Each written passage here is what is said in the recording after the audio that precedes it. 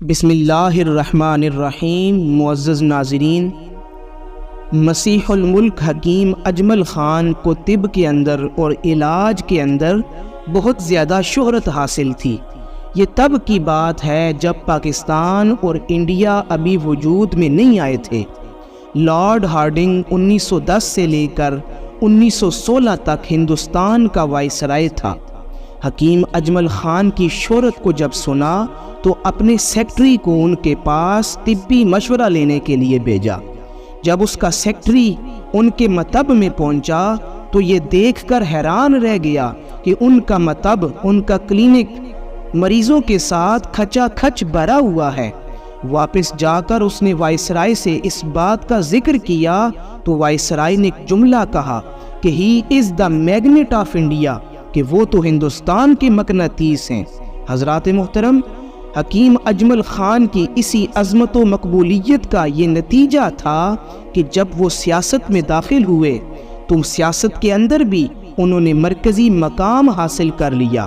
ان کے مکان میں وقت کی بڑی بڑی شخصیات جمع ہوا کرتی تھیں، مثلاً پنڈت موتی لال نہرو، بال گنگادر تلک، لالا لاجپت رائے، سی آر داس، مہاتما گاندھی، جواہر لال نہرو، مولانا محمد علی جوہر اور علامہ محمد اقبال وغیرہ یہ ان کے مکان میں جمع ہوا کرتے تھے، آیا کرتے تھے۔ یہ اس زمانے کی بات ہے کہ جب جدید میڈیکل سائنس نے ابھی اتنی ترقی نہیں کی تھی۔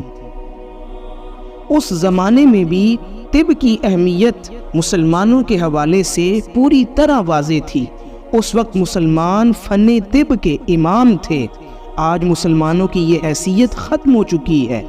جب روایتی طب کا زمانہ تھا تو مسلمان دنیا سے آگے تھے۔ جب سائنسی طب کا دور شروع ہوا تو مسلمان دنیا سے پیچھے رہ گئے۔